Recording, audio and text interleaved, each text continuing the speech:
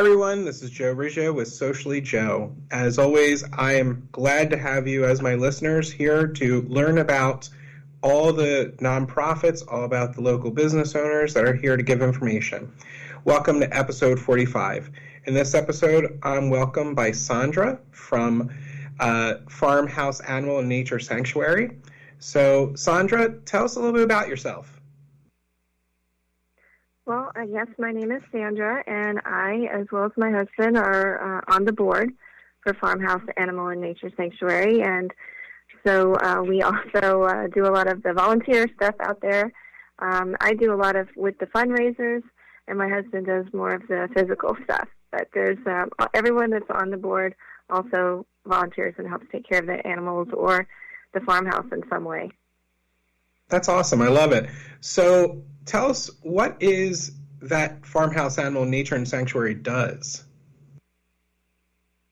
Okay, so we are a 501c3 nonprofit, and it started because of the love that all of us that are involved with it have for animals, and it was inspired by a friend that we had who was helping animals.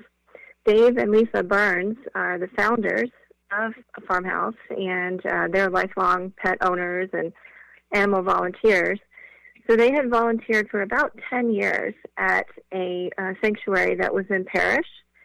And then the lady that ran it, which was our friend, decided that she needed to retire and close that sanctuary. So then Dave and Lisa actually moved in to be the caretakers, and in 2 years that they were there, living there, they found homes for a lot of the animals at other sanctuaries or with people or families. And then the rest of the animals were moved out to where we are now in Mayaca City. And then, they really wanted to continue to do the sanctuary. So they applied to get the 501c3. It took a little while to get that done. And in that time, they were just building up the farmhouse. And then once we got opened, we took in more animals, and it kind of grew from there. And so, yeah, we have all different kinds of animals that are domestic animals, exotic animals, and farmhouse animals. That's great. Now, you mentioned animals. So how many and what types of animals live at the sanctuary? Right now, we have 82. And, of course, that varies from time to time. But we have everything from kangaroos and wallaroos to sulcata and desert tortoises, exotic and domestic birds, horses, ponies, pigs, goats, guinea pigs, chickens, ducks, sugar gliders, koi fish, dogs. I mean, pretty much you name it, we got it. So that is a wide assortment of animals that you have there, which is amazing. So it kind of makes my mind think, are you open to the public, like a little zoo type of thing, to have people look at these things as well as donate them or work with them? Yeah, that is the number one question that we always hear. And we are working towards opening up for the public.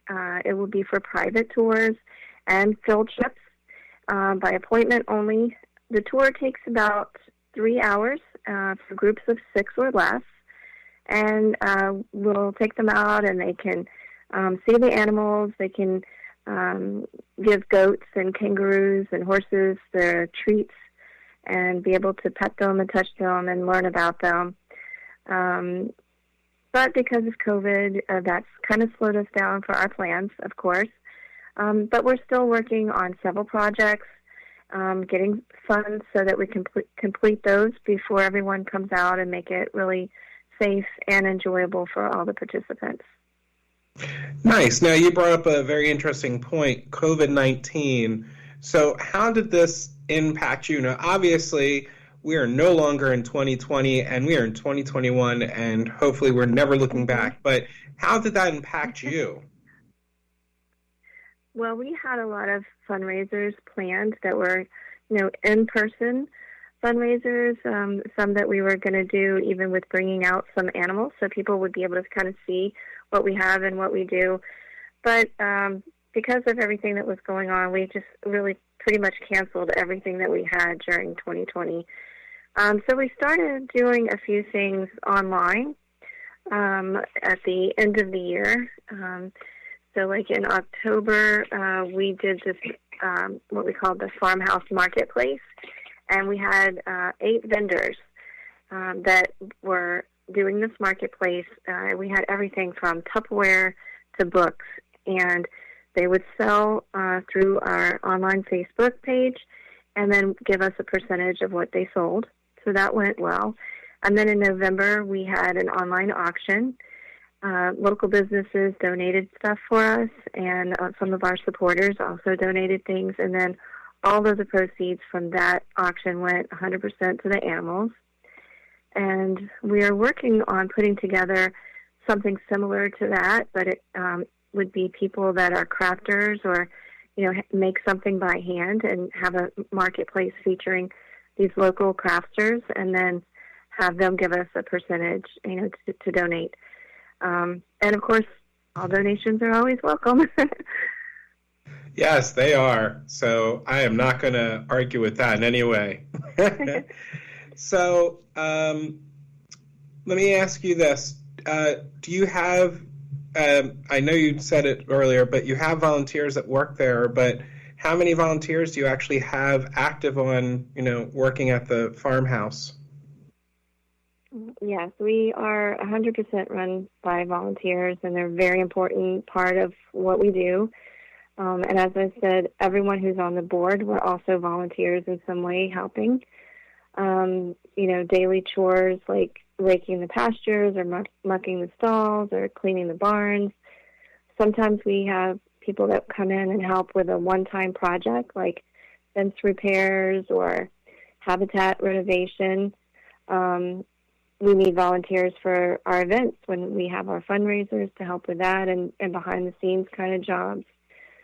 People that can help us with finding grants or, sharing on social media. And we're looking for volunteers right now, especially to join our what we call Feed and Clean Morning Crew and our Pooper Scooper Crew. I know you want to do that. But anyone who wants to volunteer, we have an application that's on the website, and they can go in and fill that out, and we look at those and contact them. That's wonderful. I will probably be more the morning feeder. I'm not the pooper scooper. But it's not as bad as it sounds. I'm sure it's not as bad as like shoveling elephant doo-doo, but yeah. Right.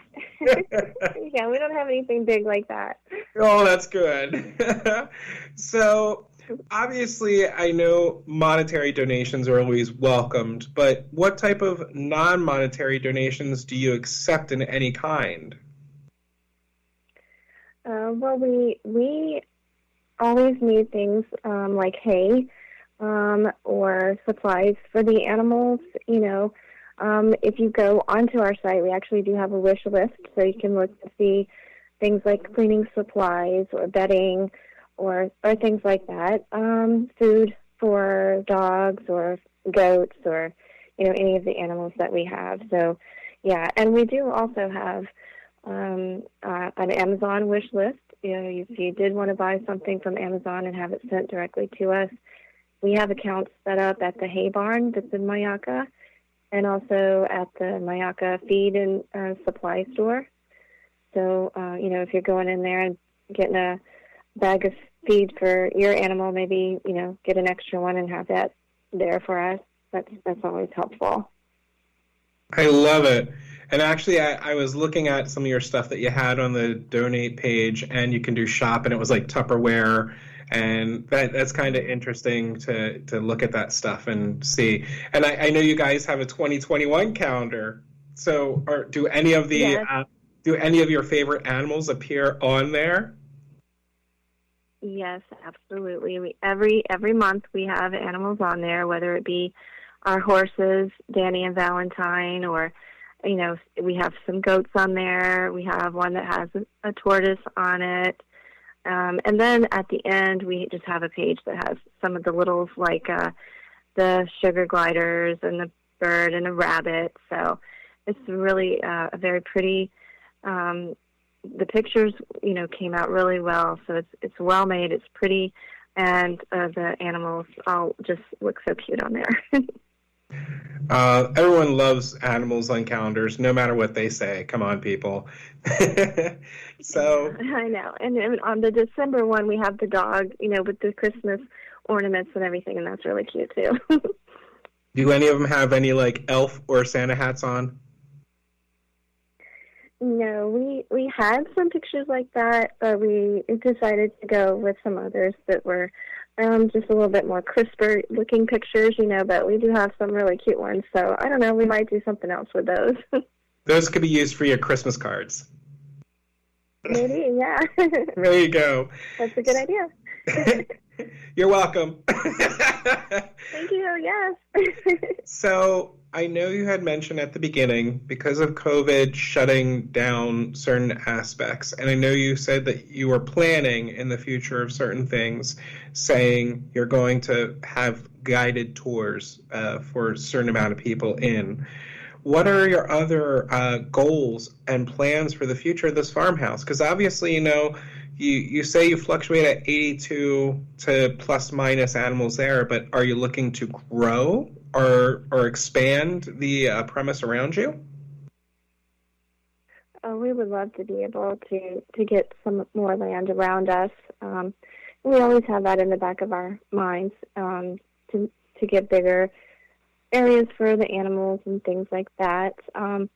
Something that we are working on that we're just really excited about is starting a new program, and we're calling it Hands, Hooves, and Paws.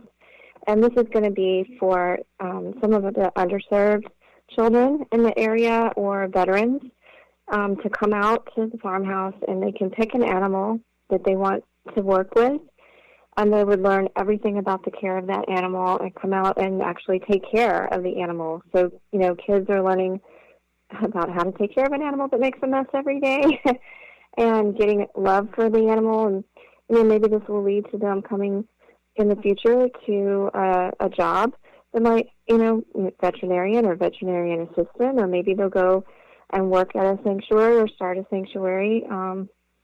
And for veterans as well to come out and have something to do with the animals and learn. And, studies are showing that working with animals helps with anxiety and things like that.